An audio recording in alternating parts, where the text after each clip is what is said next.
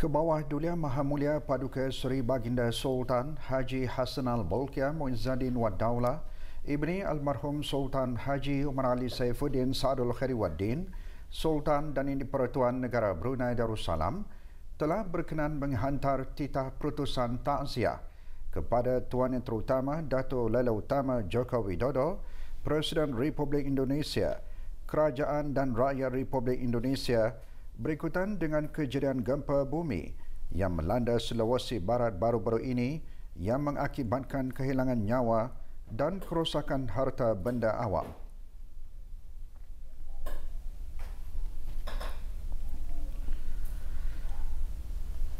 Perkembangan situasi jangkitan COVID-19 di negara Brunei Darussalam. Tiada kes baharu COVID-19 dicatatkan hari ini di negara ini, manakala 3 kes aktif masih menjalani rawatan di Pusat Pengasingan Kebangsaan. Dalam siaran akhbar mengenai perkembangan situasi jangkitan COVID-19 di negara Brunei Darussalam, Kementerian Kesihatan memaklumkan jumlah keseluruhan kes jangkitan kekal 174 dengan kes sembuh seramai 168 orang.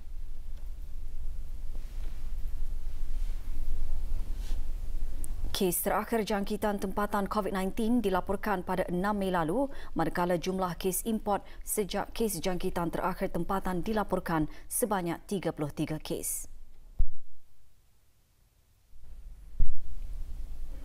697 orang sedang menjalani pengasingan diri mandatri, manakala 11,331 orang menamatkan pengasingan diri mandatri sejak Mac 2020.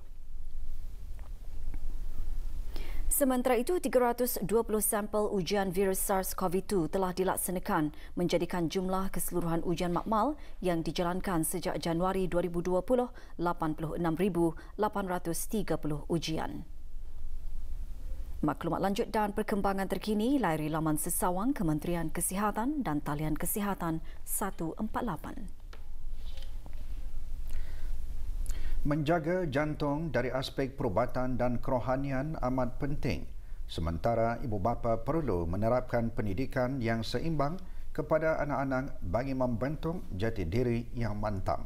Nantikan butirannya selepas ini, teruskan bersama Berita Perdana.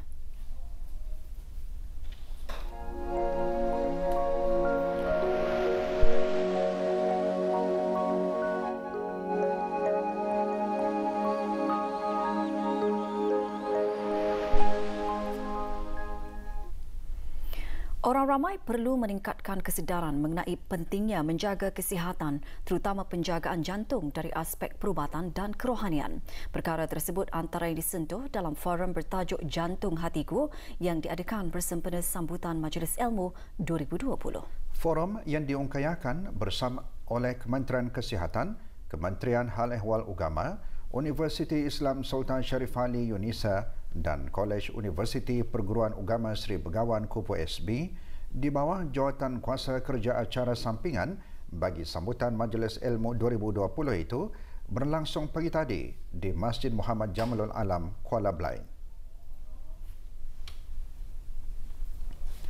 Hadir yang berhormat Awang Hanafi bin Muhammad Sipon, Ahli Majlis Mesyuarat Negara yang juga selaku Ketua Kampung Labi 1. Ahli-ahli panel terdiri daripada Dr. Haji Hambali bin Haji Jaili, Pengarah Pusat Penataran Ilmu dan Bahasa Yunisa, dan Dr. Muhammad Izam bin Imran, Konsultan Ketua Unit Kardiologi Kementerian Kesihatan, manakala Muhammad Yusuf bin Haji Abdul Majin, Pegawai Tugas-Tugas Khas Tingkat 2 Kementerian Hal Ehwal Agama selaku moderator.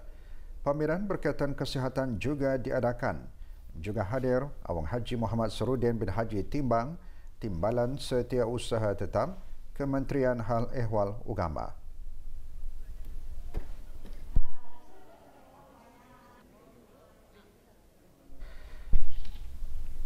Mana-mana orang Islam yang mengajar atau menjelaskan ajaran yang berkaitan agama dengan cara yang bertentangan dengan hukum syarak atau mengajar, menjelaskan apa-apa ajaran atau melaksanakan atau mengamalkan sesuatu upacara atau perbuatan yang bertentangan dengan hukum syarak adalah melakukan suatu kesalahan, dan jika sabit kesalahan dikenakan suatu denda tidak melebihi RM20,000 atau dihukum penjara selama suatu tempoh tidak melebihi 5 tahun atau kedua-duanya sekali. Perkara tersebut antara yang dijelaskan hari ini oleh Rektor Universiti Islam Sultan Sharif Ali Unisa semasa hari pertama bengkel pemantapan dakwah di Dewan Melur tingkat 2 Kementerian Hal Ehwal Agama Jalan Dewan Majlis. Dr. Haji Nur Arfan bin Haji Zainal selaku fasilitator dalam tajuk Bengkel Aliran Pemikiran Kontemporari menjelaskan Islam dalam konteks negara Brunei Darussalam dari segi kepercayaan dan pengamalan adalah berasaskan mazhab Ahli Sunnah wal Jemaah mengikut pendekatan Al-Asyairah dan Al-Maturidiyah dalam bidang usuluddin dan mazhab Imam Al-Syafi'i dalam bidang syariah. Brunei adalah bumi Islam kuning, insya-Allah. Pegangan Ahli Sunnah wal Jamaah ini akan terus kekal turun-temurun. Bengkel anjuran Kementerian Hal Ehwal Agama melalui bahagian perancangan dan pembangunan sumber manusia, Jabatan Pentadbiran disertai oleh 30 pegawai Kementerian Hal Ehwal Agama. Bengkel sehingga 21 Januari ini antara lain bertujuan untuk memperkasa strategi dakwah yang relevan dengan keadaan dan perkembangan serta memantapkan metodologi dakwah dan da'i yang berwibawa selain meningkatkan kemahiran da'i dan penyampaian mesej dakwah yang lebih berkesan. Karena pada tahun 2002 mereka melihat adanya satu gerakan yang sempit yang anak-anak merupakan anugerah dan amanah yang dikurniakan oleh Allah Subhanahu Wa Taala buat insan terpilih bergelar ibu bapa. Justru ibu bapa memainkan peranan yang sangat penting dalam mendidik dan mencorak kepribadian anak-anak mengikut cara pendidikan yang dianjurkan oleh Islam. Perkara tersebut antara intipati kuliah Isya bertajuk Anak sebagai saham akhiran semasa program Jollah Fiqh Al-Usra yang diadakan semalam di Masjid Kampung Kriam, daerah Tutong. Masih lagi berjalan amalnya. Yang pertama, sedekah jariah. Menurut Awang Hilman bin Haji Salim, Pengarah Pusat Kajian Fiqh Al-Usra, College Universiti Perguruan Agama Seri Begawan Kupu SB, anak-anak perlu diterapkan dengan pendidikan yang seimbang dari segi duniawi dan ukhrawi dari peringkat awal bagi membentuk jati diri yang mantap sebagai saham di akhirat nanti.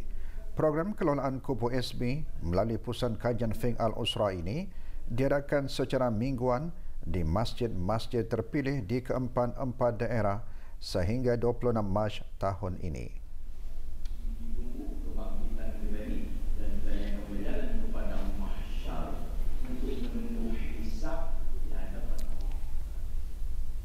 Cuaca aktif dengan turunan hujan yang berterusan di negara ini mengakibatkan beberapa kawasan rendah dan pedalaman di daerah Tutong masih ditimpa banjir. Keadaan banjir turun menyukarkan pergerakan para penduduk terutama dalam mendapatkan bekalan rutin. Sehubungan itu, dalam meringankan beban para penduduk, pelbagai pihak membantu agensi-agensi kerajaan dalam menghulurkan bantuan kepada para mangsa banjir. Pagi tadi, sukarelawan belia dengan sokongan Kementerian Kebudayaan Belia dan Sukan dan dengan kerjasama Persatuan Kereta Tahan Lasak Brunei beserta beberapa pihak syarikat swasta di negara ini turut serta dalam misi bantuan banjir di daerah Tutong. Penghantaran pengagihan bantuan catuan barangan asasi bagi para mangsa banjir disasarkan di kawasan Kampung Kuala Ungar, daerah Tutong. Bantuan catuan barangan asasi merupakan hasil sumbangan orang ramai dan para dermawan melalui Derma Pandu Lalu Misi Mangsa Banjir pada 12 hingga 14 Januari lalu di Pusat Operasi Sukarelawan Belia, Stadium Tertutup Kompleks Sukan Negara Hasnal Bolkiah, Berakas. Sumbangan bantuan tersebut mendapat sambutan menggalakkan daripada orang ramai. Dalam pada itu, sukarelawan Belia berharap agar lebih ramai lagi penyertaan serta sumbangan yang diterima daripada orang ramai dalam sama-sama membantu meringankan beban mangsa banjir dan mereka yang memerlukan. Sukarelawan Belia melalui unit kemasyarakatan Derma Pandu Lalu telah menggerakkan misi bantuan banjir di mana kami mengantar catuan makanan ke daerah Tutong di Kuala Ungar. Alhamdulillah selama 2 hari kami telah menerima bantuan daripada orang ramai yang dibuat di Indoor Stadium, mendapat sambutan yang menggalakkanlah daripada orang ramai. penglibatan daripada NGOs dan syarikat-syarikat untuk memberikan sumbangan ini telah sama-sama membantu menjalankan misi bantuan banjir pada hari ini. Kami mengharapkan daripada masih lagi berterusan daripada mungkin daripada orang ramai atau syarikat-syarikat mana-mana NGOs yang ingin bekerjasama bersama Sukarela Orang Belia, masih lagi, memang kami mengharapkanlah kerjasama dari semua. 6 buah syarikat dan 7 individu dikenakan kompaun setelah didapati melakukan kesalahan di bawah Akta Kesalahan-Kesalahan Kecil Penggal 30 Bab 12/1 iaitu meletakkan, melonggokkan dan membuang sampah di kawasan awam. Pemantauan rutin dijalankan oleh bahagian penguatkuasaan Undang-Undang Jabatan Bandaran Bandar Seri Begawan di Kampung Telanai, Jalan Tasik Lama, Kampung Anggrek Desa, Kampung Serusup, Kampung Kulap dan sekitar pusat bandar.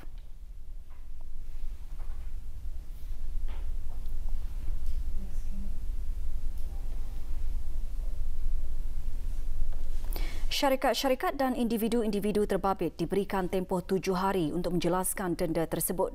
Kegagalan menjelaskan denda tersebut akan mengakibatkan kes berkenaan dihadapkan ke mahkamah. Bagi kesalahan pertama, boleh didenda RM1,000, manakala bagi kesalahan kedua dan seterusnya boleh didenda RM3,000 dan penjara tidak melebihi 3 bulan.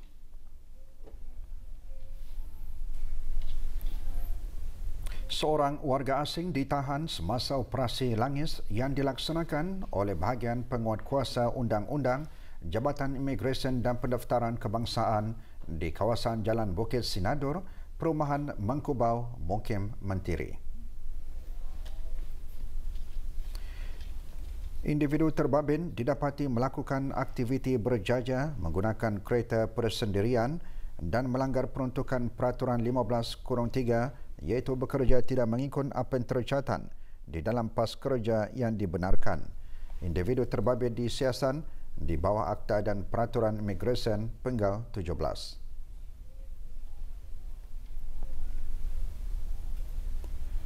Pasukan Polis Diraja Brunei meminta kerjasama dan bantuan orang ramai untuk mengesan 3 orang lelaki warga negara Bangladesh yang dilaporkan lari dari majikan.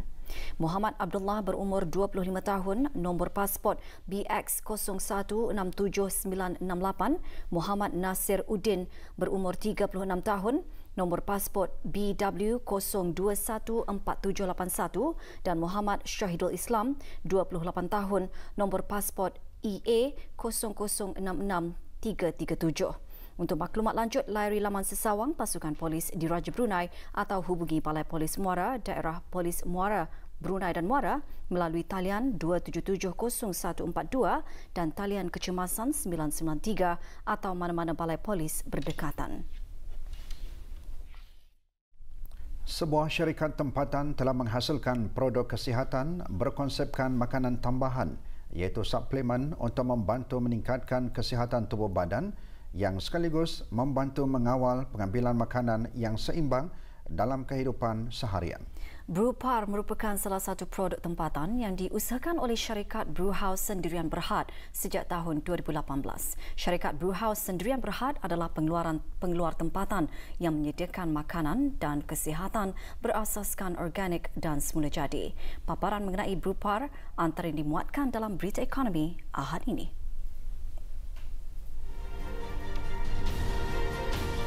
Sejumlah 26 jenis produk kesihatan berupa makanan tambahan dihasilkan menggunakan kesemua bahan alami sehingga terhasilnya produk kesihatan yang sememangnya mengandungi khasiat tersendiri apabila diamalkan.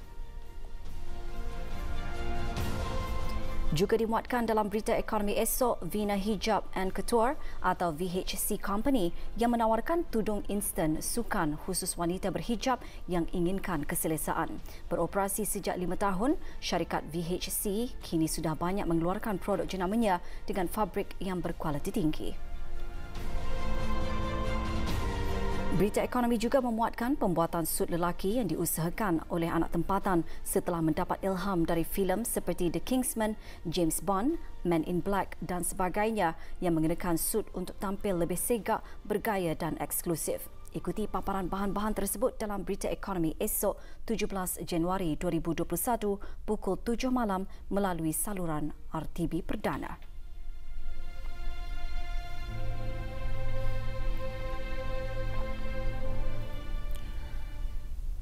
Sempena Majlis Ilmu 2020, Kementerian Hal Ehwal Agama, Kementerian Kesihatan, Universiti Islam Sultan Sharif Ali dan Kolej Universiti Perguruan Agama Seri Begawan akan mengadakan forum gaya hidup sihat.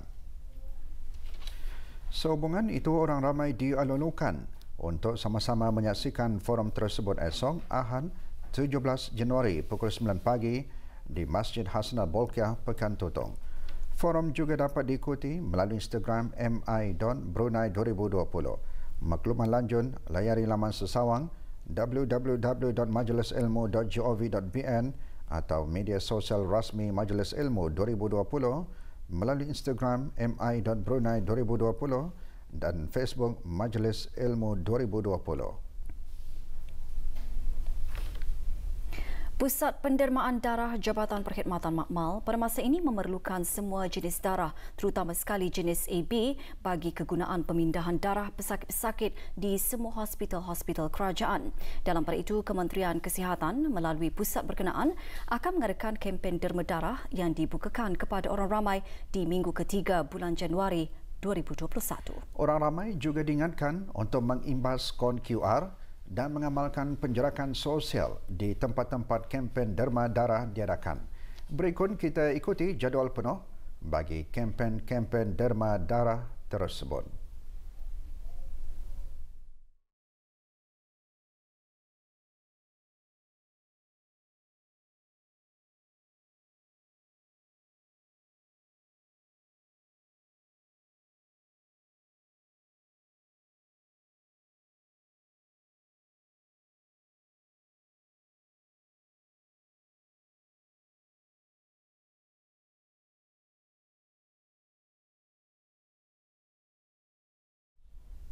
Pengambilan pelajar bagi program Diploma Aliyah Kiraan Institut Tahfiz Al-Quran Sultan Haji Hasnal Bolkiah bagi sesi 2021-2024 bermula pada hari Isnin 18 Januari 2021. Tawaran pengambilan pelajar bagi program tersebut dibukakan kepada semua warga negara atau penduduk tetap negara Brunei Darussalam yang beragama Islam.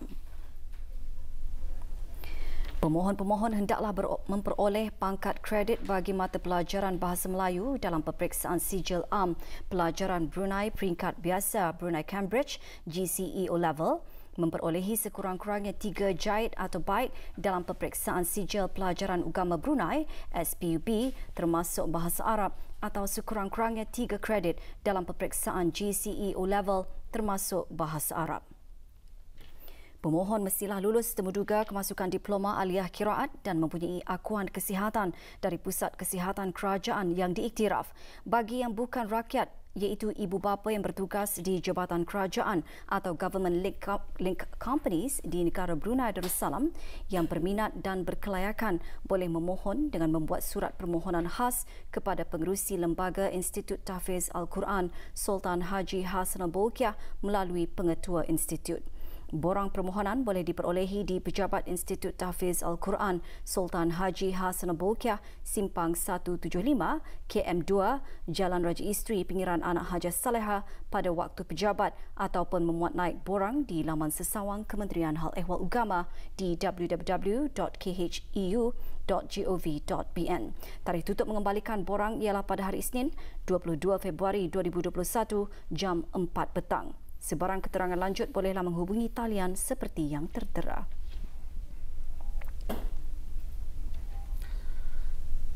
Sebagai persiapan awal Majlis Sambutan Awal Tahun Hijrah Peringkat Negara bagi tahun 1443 Hijrah, Kementerian Hal Ehwal Agama melalui urus setia Majlis Sambutan Hari-Hari Kebesaran Islam Peringkat Negara dan Musabaqah Membaca Al-Quran Bahagian Dewasa Peringkat Kebangsaan tahun 1443 Hijrah akan menganjurkan peraduan reka cipta nama khas dan logo sambutan awal tahun 1443 Hijrah. Peraduan akan bermula Isnin ini, 18 Januari 2021 sehingga hari Khamis 18 Februari 2021 pukul 4 petang. Borang dan syarat-syarat penyertaan bolehlah dimuat turun melalui laman sesawang www.kheu.gov.bn atau terus kepada urus setia Peraduan Reka Cipta Nama Khas dan logo sambutan awal tahun 1443 Hijrah bahagian Kemajuan Syiar Islam tingkat 2, Bangunan Kementerian Hal Ehwal Agama, Jalan Dewan Majlis Berakas. Untuk keterangan lanjut, hubungi urus setia Peraduan menerusi talian tertera atau melalui aplikasi WhatsApp di talian 82276666 atau email kepada syiar.islam@mora.gov.bn.